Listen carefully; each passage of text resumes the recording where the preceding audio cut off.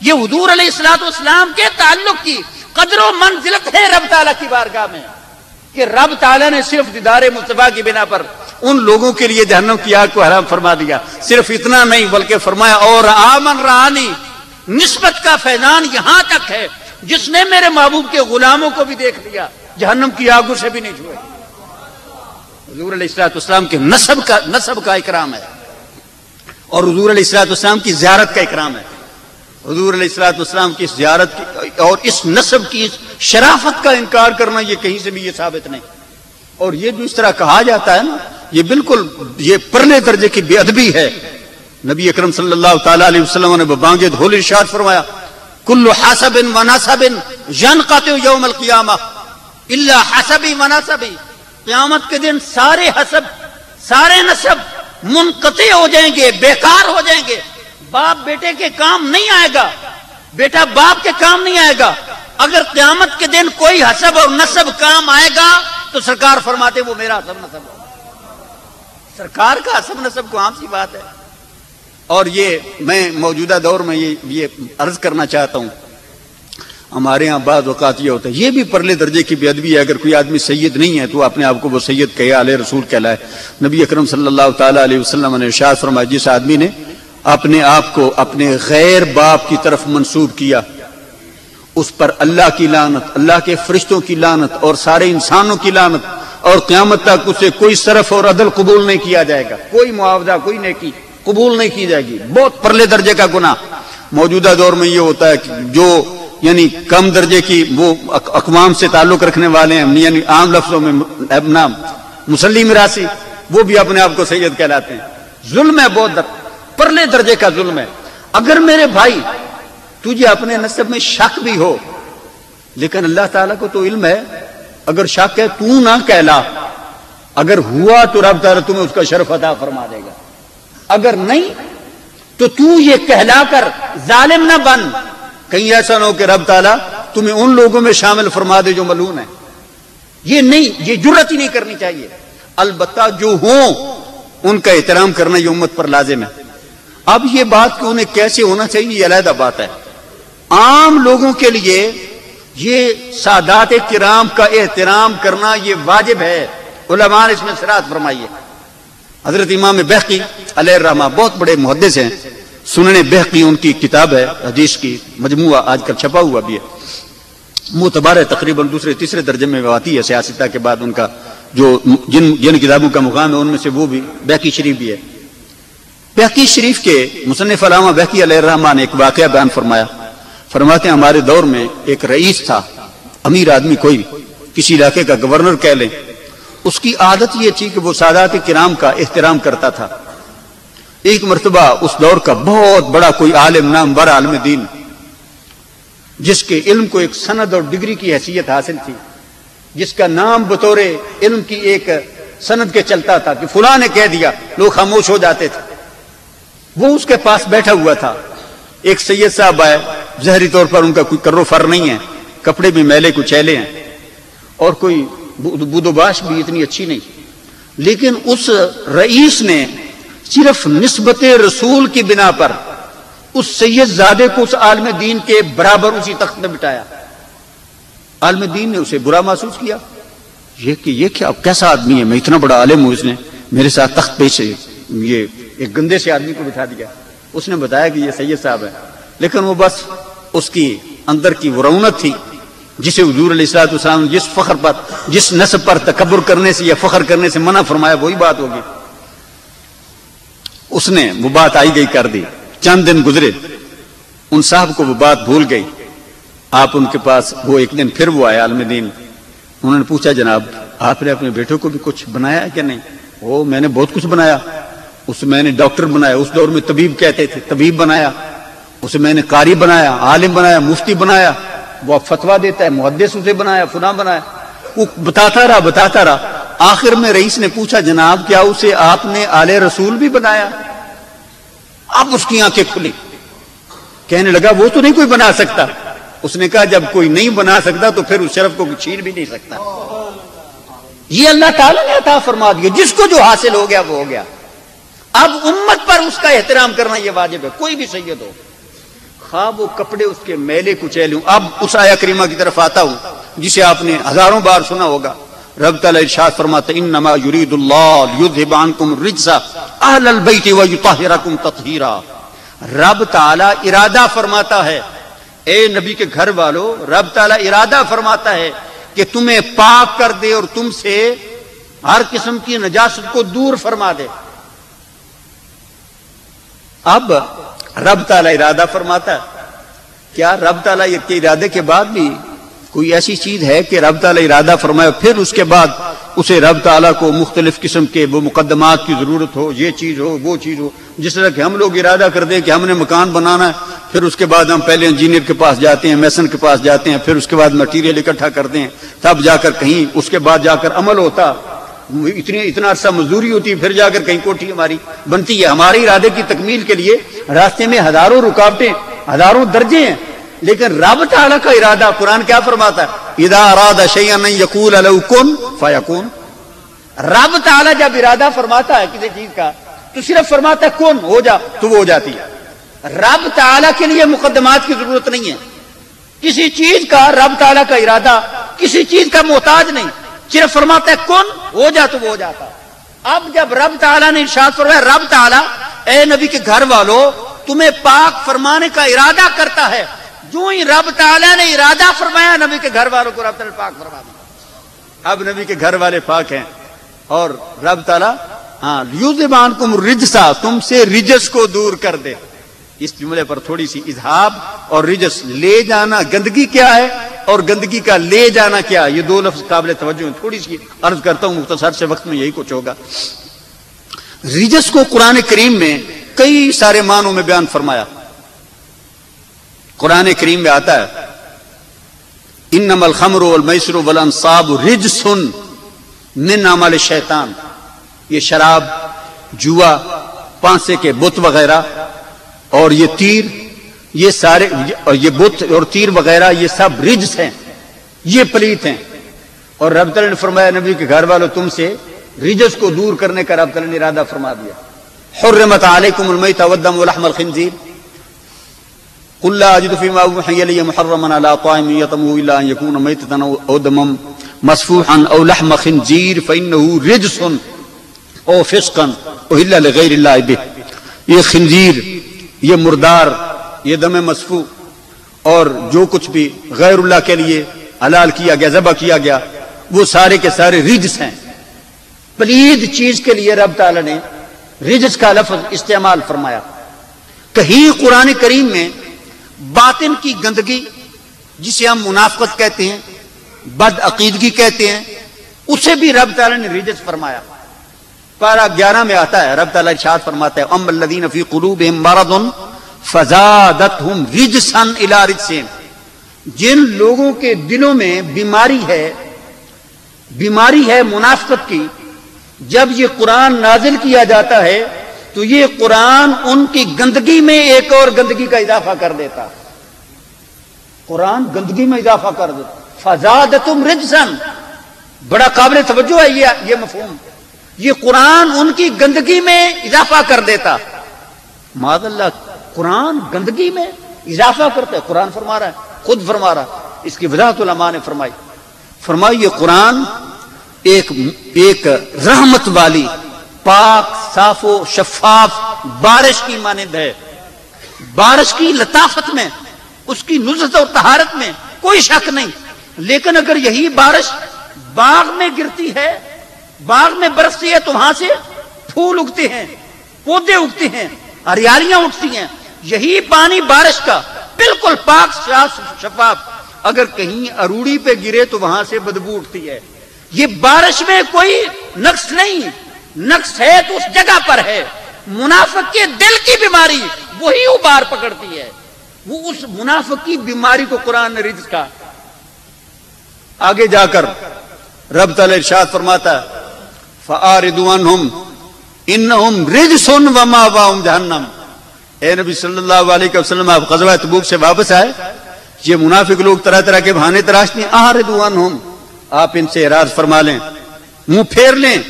کیوں؟ انہم رجس، یہ منافق رجس ہیں. رب تعالیٰ فرماتا ہے انہم، یہ سب رجس ہیں، آپ ان سے اراد فرما لیں۔ اور رب تعالیٰ نے فرمایا نبی کے گھر والوں سے ہر قسم کے رجس کو اللہ تعالیٰ نے دور فرما دیا۔ وہاں پر منافقت نہیں آ سکتی، گندگی نہیں آ سکتی، رب تعالیٰ نے انہیں پاک فرما دیا ہے۔ جب رب تعالیٰ پاک فرما دے تو پھر نہ عمل کی گندگی وہاں آتی ہے، نہ قول کی گندگی آتی ہے، نہ ایمان کی گندگی آتی ہے۔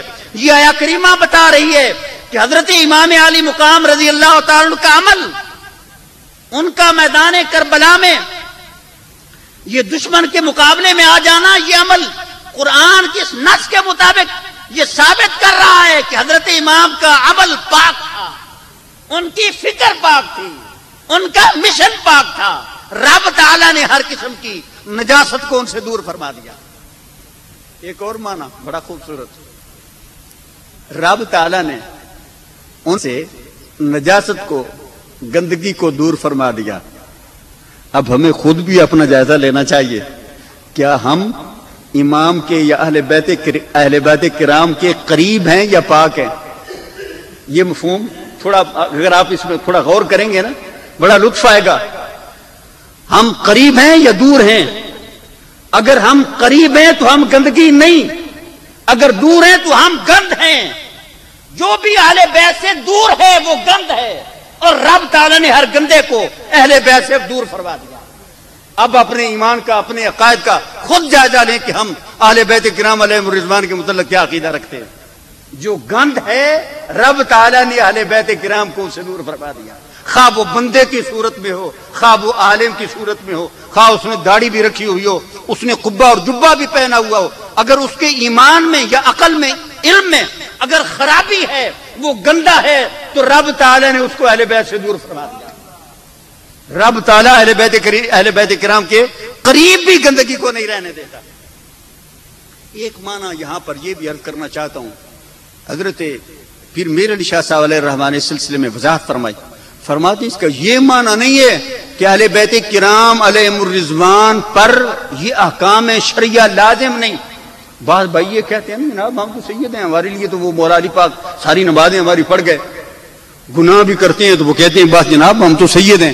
حضرت پیر میر علی شاہ صاحب علیہ الرحمہ چوٹی کے سید ہیں، اور ان کا شجرہ نسب کتابوں سے بھی ثابت ہے، اور اس دور میں نبی اکرم صلی اللہ تعالی علیہ وسلم نے گواہی بھی دی کہ یہ میری اولاد ہے۔ یہ ساری باتیں مسلم ہیں، اس کے باوجود آپ ارشاد فرماتے ہیں کہ کسی آل رسول کے کسی فرد سے احکام شرعیہ منتفی نہیں ہوتے۔ ہر آل رسول کا ہر فرد وہ اس شریعت کا پابند ہے، نمازیں بھی اسے پڑھنا ہوگی، ظلم و ستم سے بھی بچنا ہوگا، نبی علیہ الصلوۃ والسلام کی ہر نافرمانی کو ترک کرنا ہوگا۔ اگر کوئی آدمی نہیں کرتا، مثلا سید ہے کسی کو قتل کر دیتا، تو یہ نہیں کہ اب اسے قصاص نہیں لیا جائے گا، اسے اس قتل کے بدلے میں قتل بھی کیا جائے گا، یہ شریعت کا تقاضا ہے۔ اگر وہ کوئی اور گناہ کرتا ہے، چوری کرتا ہے، اس کے ہاتھ بھی کاٹے جائیں گے، کوئی اور ظلم کرتا ہے اس پر حدیں لگے گی۔ یہ سارے احکام شرعیہ سیدوں پر بھی نافذ ہوں گے، لیکن رب تعالیٰ قیامت کے دن نبی علیہ الصلوۃ والسلام کے نسب کی شرافت کی بنا پر رب تعالیٰ اپنے فضل و کرم سے ان کے گناہ معاف فرما کے انہیں مغفور جنت میں لے جائے گا۔ اس کا یہ معنی حضرت پیر میر علی شاہ صاحب علیہ الرحمٰن نے اظہار رجت کا یہ معنی بیان فرمایا کہ یہ معنی نہیں ہے جو لوگ ہم لوگ کرتے ہیں، لوگ جی سید ہو گئے ان سے پھر وارے نہیں آ رہے، نہ۔ اور یہ بھی نہیں کہ سیدوں کو دوسرے لوگوں پر یہ تکبر اور بڑائی کے اعتبار سے یہ دوسروں کو حقیر سمجھتے ہوئے یہ کہنا ہم تو آل رسول ہیں۔ نہیں، نبی اکرم صلی اللہ تعالی علیہ وسلم اور آپ کا سارا خاندان یہ سارے کے سارے یہ آل رسول تھے، لیکن آل رسول ہوتے ہوئے بھی انہوں نے حضرت بلال رضی اللہ تعالی عنہ جیسے کسی کالے رنگ کے آدمی سے بھی نفرت نہیں کی ہے۔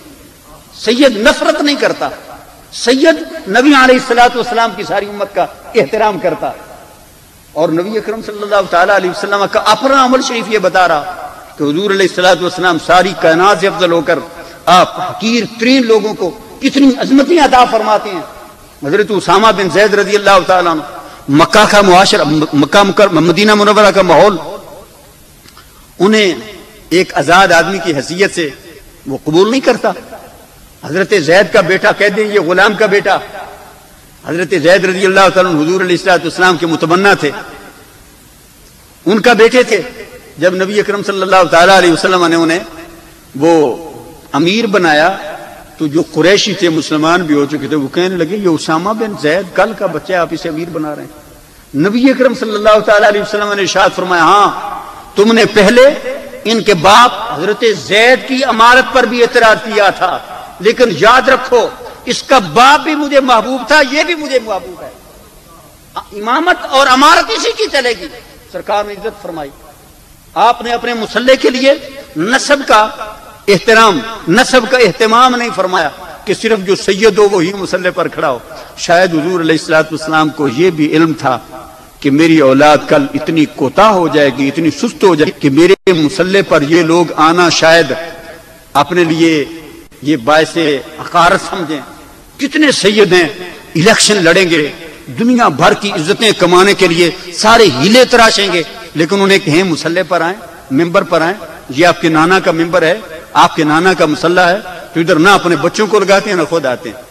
ارے بھائی نبی علیہ الصلوۃ والسلام کو جو عزت ہے کائنات میں, رب تعالیٰ کا تعلق وہ اپنی جگہ پر مسلم, لیکن کیوں؟ صرف اس لیے کہ انہوں نے اس ممبر پر بیٹھ کر اور اس مسلح پر کھڑے ہو کر اللہ تعالیٰ کی مخلوق کا رابطہ اللہ سے کروایا تھا ممبر کی بنا پر. ارے بھائی یہ ممبر ہی تیرے لیے وجہ شرافت نہیں ہے, یہ ممبر وجہ شرافت ہے, یہ وجہ تکریم ہے, یہ سیٹ, یہ مسلح وجہ کرامت ہے. حضرت صدیق اکبر رضی اللہ تعالیٰ عنہ کو حضور علیہ السلام نے آخری وقت میں مسلح عطا فرمایا. بخاری کی حدیث ہے, سرکار نے ارشاد فرمایا مروا ابا بکر فلیصلی بالناس, جناب ابو بکر رضی اللہ تعالیٰ عنہ کو فرماؤ کہ وہ میرے مسلح پر کھڑے ہو کر لوگوں کو جماعت کروائے. نبی اکرم صلی اللہ تعالیٰ علیہ وسلم کے صحابہ نے انہیں اپنا خلیفہ بنا لیا. حضرت علی رضی اللہ تعالیٰ عنہ فرمایا کرتے تھے کہ نبی اکرم صلی اللہ تعالیٰ علیہ وسلم نے جس شخصیت کو ہماری دین کی پیشوائی عطا فرمائی, امام بنایا, ہم نے دنیا کا امام خود اسے بنا لیا. وجہ کرامت دین ہے. سیدو نبی علیہ الصلوۃ والسلام نے فرمایا تھا انی تارکم فیکم الثقلین, اے میری امت میں تمہارے اندر دو چیزیں چھوڑ کے جا رہا ہوں, بھاری چیزیں. ایک کتاب اللہ و عطرتی, ایک اللہ کی کتاب اور ایک میری عطرت خاندان. اور اگلا جملہ قابل غور ہے, آپ نے ارشاد فرمایا لن یفترقا, لن یفترقا, یہ دونوں جدا نہیں ہوں گے. کتاب میری اہل بیت کے پاس رہے گی اور اہل بیت کتاب کے عالم رہیں گے. کتنی بڑی وعید ہے یہ سیدوں کے لیے, کتنی بڑی یہ سرزنش ہے. سرکار نے ارشاد فرمایا لن یفترقا, لن یفترقا, میری عطرت, میری اہل بیت اور میری دی ہوئی کتاب یہ دونوں جدا نہیں ہوں گے. حتی یردا علی الحوض, حتیٰ کہ حوض کوثر پر جب میں تشریف فرما ہوں گا تو میرے اہل بیت آئیں گے اور ان کے ساتھ کتاب اللہ بھی آ جائے. کتاب اللہ اور اہل بیت کا تعلق یہ چولی دامن کا ان کا ساتھ ہے, نہیں جدا ہونا چاہیے. ہر بندے کو اپنے بچوں کو علم دین پڑھانا چاہیے. نبی علیہ الصلوۃ والسلام نے پوری امت کے لیے ان اعدادات کو عام فرمایا.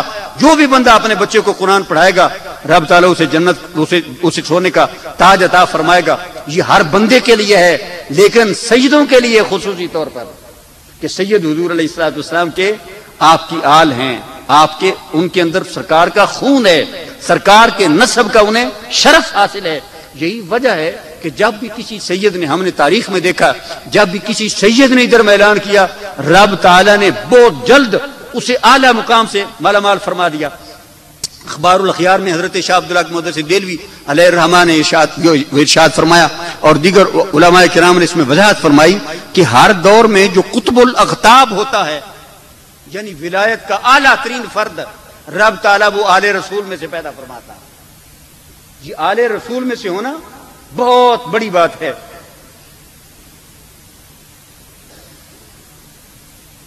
یہ اسی حوالے سے ایک وہ اپنا یہ ہمارے موضوع سے متعلق ہے, شریعت اور عشق کے درمیان اختلاف کیوں ہے. جیسا کہ حضرت اویس قرنی رضی اللہ تعالیٰ عنہ حضور علیہ الصلوۃ والسلام کے دانت مبارک شہید ہونے پر اپنے دانت شہید کر دیتے ہیں.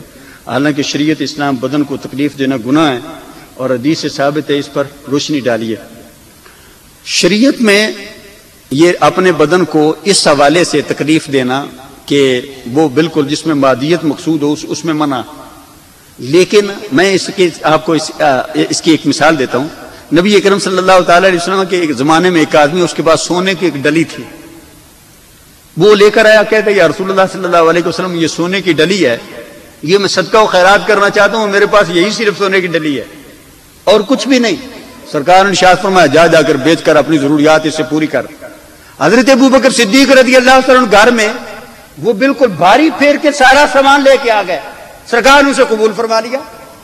ارے بھائی یہ اپنے اپنے ایمان کا درجہ ہے اور تم چیک کریں گے مجرم اگر وہ نہیں کرتا تو یہ اس کا جذبہ اس مرتبے اگر جذبہ ہو راہ یہ نیکی، اگر جذبہ جیسا ہو تو پھر اپنی مصرف میں لگانا تاکہ دل مطمئن رہے اور خدا تعالیٰ کا بندہ شاکی نہ بنے، پھر اس کے لیے یہ جائز ہے۔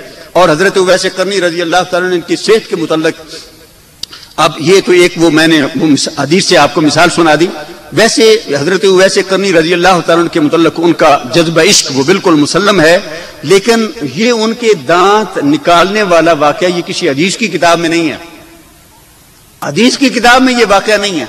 ممکن ہے اس پر جرح کی جائے تو اس کے راوی اس درجے کے نہ نکلیں، لیکن اگر ہو بھی تو اس درجے کا اگر جذبہ عشق ہو تو پھر وہاں مقام وہاں پہنچ کر یہ چیزیں یہ کرنا وہاں پر وہ جائز ہو جاتا ہے، جس طرح کے جذب میں جا کر وہ شریعت کے احکام بھی بندے سے اٹھ جاتے ہیں۔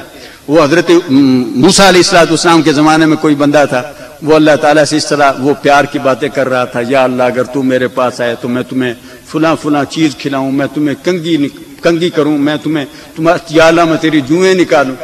معاذ اللہ، ہمارے لیے بہت بڑا یہ جرم ہے، اللہ تعالیٰ تو ان چیزوں سے پاک ہے۔